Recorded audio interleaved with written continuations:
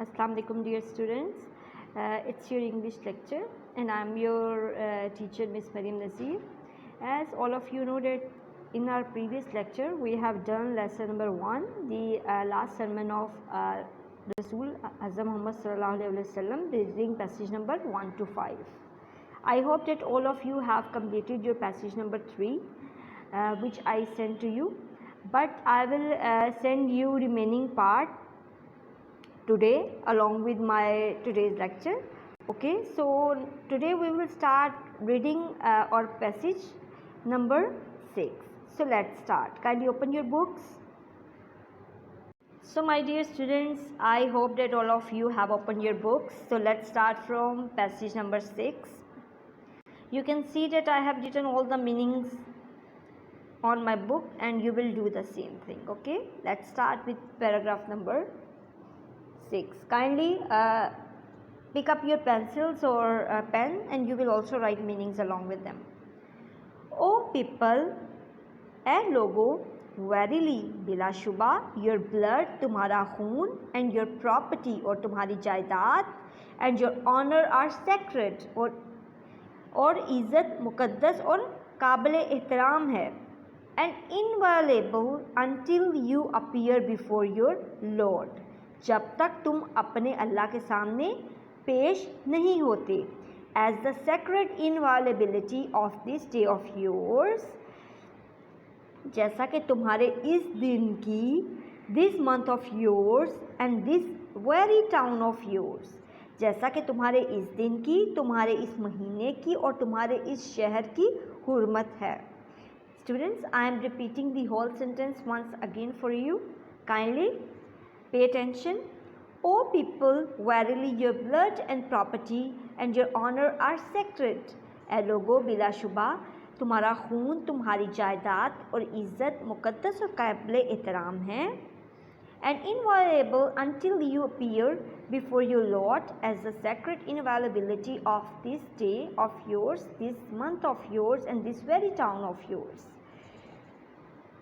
ए लोगो, बिलाशुबा तुम्हारा खून, तुम्हारी जायदाद और इज़्ज़त मुक़द्दस और काबिल एहतराम है जब तक तुम अपने अल्लाह के सामने पेश नहीं होते, जैसा कि तुम्हारे इस दिन की, तुम्हारे इस महीने की और तुम्हारे इस शहर की हुर्मत है.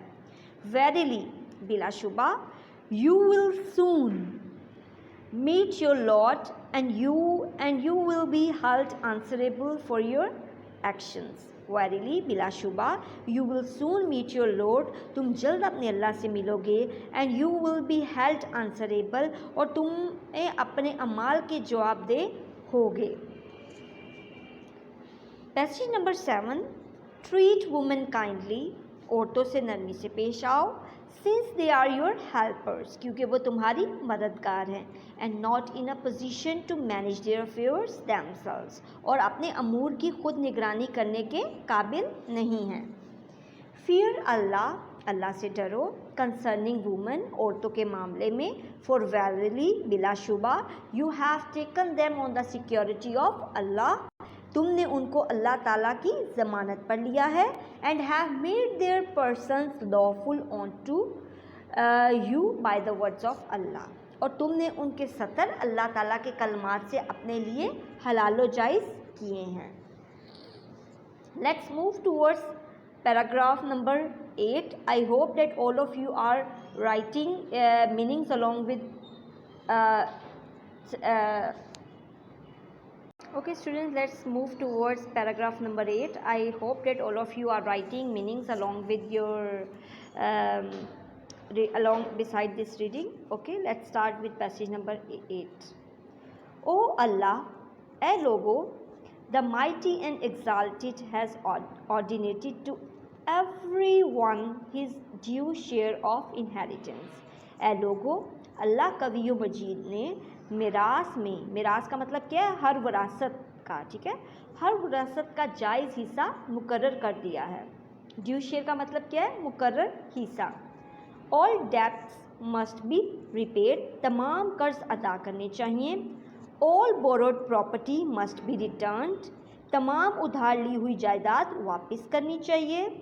Gift should be reciprocated and a surety must make good the loss to the assured. और तहाइफ को लौटाना चाहिए और ज़ामिन को जिसको यकीन दहानी कराई गई उसके नुकसान की तलाफ़ी करनी चाहिए. Let's move towards passage number 10. Be aware, खबरदार, no one committing a crime is responsible for it but himself. जुर्म का इर्तिकाब करने वाला अपने जुर्म का खुद जिम्मेदार होगा. Neither the child is responsible for the crime of his father, nor is the father responsible for the crime of his child.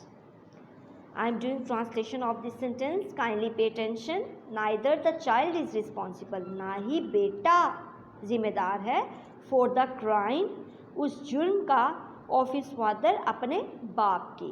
ना ही अपने बाप के जुर्म का जिम्मेदार होगा कौन? बेटा. Nor his father responsible for the crime of his child. और ना ही बाप अपने बेटे के जुर्म का जिम्मेदार होगा.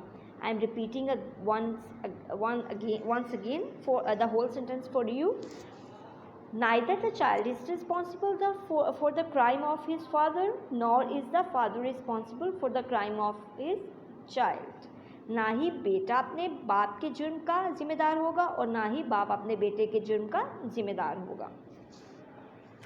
Let's move towards passage number 11. Students, let's start with passage number 11.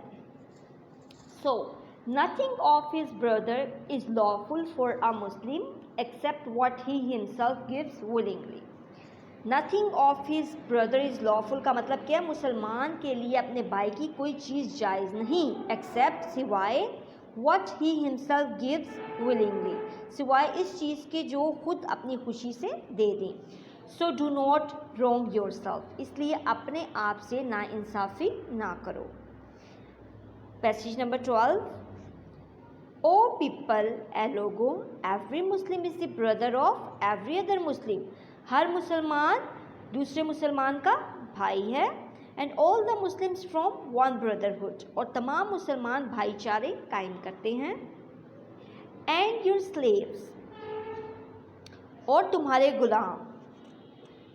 See that you feed them with such food. और ख्याल रखो ऐसा ही खाना खिलाओ as you eat yourself, जैसा तुम खुद खाते हो. And clothe them with clothes that you yourself wear. और उन्हें ऐसे ही कपड़े पहनाओ जिस तरह के तुम खुद पहनते हो. Let's start passage number 13. Verily, बिलाशुबा, I have left amongst you that which will never led you astray. Astray का मतलब होता है गुमराह करना, भटकना. Verily, बिलाशुबा, I have left amongst you, मैंने तुम्हारे दरमियान ऐसी चीज़ छोड़ी है that which will never lead you astray, जो तुम्हें कभी गुमराह नहीं होने देगी. क्या चीज़ है वो? The book of Allah, वो अल्लाह की किताब है. Which if you hold fast, जिसको अगर तुम मजबूती से थामे रहो, you shall never go astray, तुम गुमराह ना होगे. Passage number 14. Behold, देखो, worship your Lord, अपने रब की इबादत करो. Offer prayers 5 times a day, दिन में 5 मरतबा नमाज पढ़ो. Observe fast in the month of Ramadan, Ramzan के महीने में रोज़े रखो.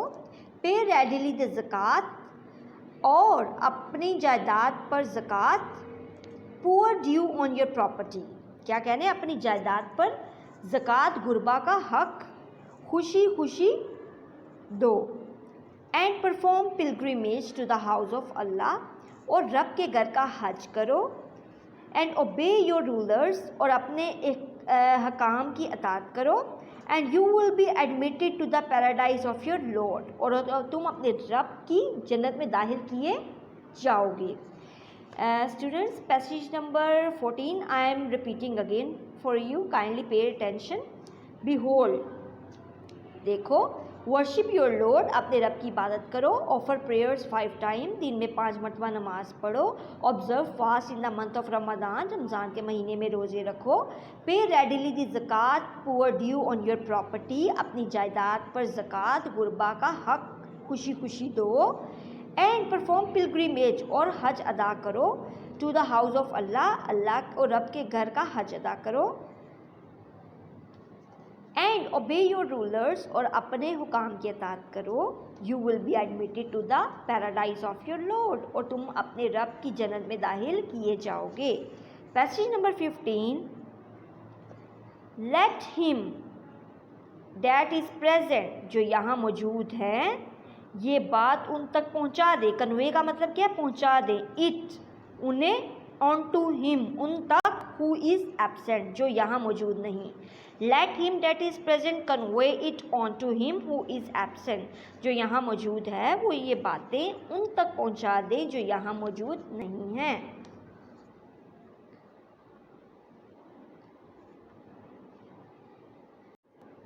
Next students, next line is, and if you were asked about me what would you से, और अगर तुमसे मेरे बारे में पूछा गया तो तुम क्या कहोगे? दे आंसर्ड, उन्होंने जवाब दिया, वी बियर विटनेस, हम गवाही देते हैं, that you have conveyed the message of religion, कि आप सल्लल्लाहु अलैहि वसल्लम ने इस्लाम का पैगाम पहुंचा दिया है, and discharge you ministry of नबूवत and look to your our welfare, और हक़ नबूवत अदा कर दिया गया है और हमारी बेहबूद का ख्याल रखा। Passage number 16, thereupon Allah's Rasul lifted his forefinger towards the sky, इस पर अल्लाह के रसूल सल्लल्लाहु अलैहि वसल्लम ने अपनी इंगिश शहादत को आसमान की तरफ उठाया, ये शहादत की उंगली की बात की जा रही है। And then pointing towards people said, और फिर लोगों की तरफ इशारा करते हुए फरमाया, ओ लॉर्ड, ए रब, इस पर गवाह रहना, bear thou witness on to it, इस बात पर गवाह रहना। ओ लॉर्ड, ए रब, bear thou witness on to it, इस बात पर गवाह रहना। Passage number 17, the holy sermon was delivered by the Rasul sallallahu alaihi wasallam in the plain of Arafat near the hill named Jabal Rahmat. The holy sermon, मुक़द्दस Khutba, was delivered, क्या किया गया, उसे दिया गया, बाय द रसूल सल्लल्लाहु अलैहि वसल्लम, रसूल अल्लाह सल्लल्लाहु अलैहि वसल्लम ने, in the plain of Arafat, Arafat के मैदान अराफात में, near the hill name Jabal Rahmat, Jabal रहमत के करीब। मैं इस पूरे सेंटेंस को दोबारा रिपीट कर रही हूँ। रसूल सल्लल्लाहु अलैहि वसल्लम ने मुक़द्दस खुतबा जबल रहमत नामी पहाड़ी के नज़दीक मैदान अराफात में दिया।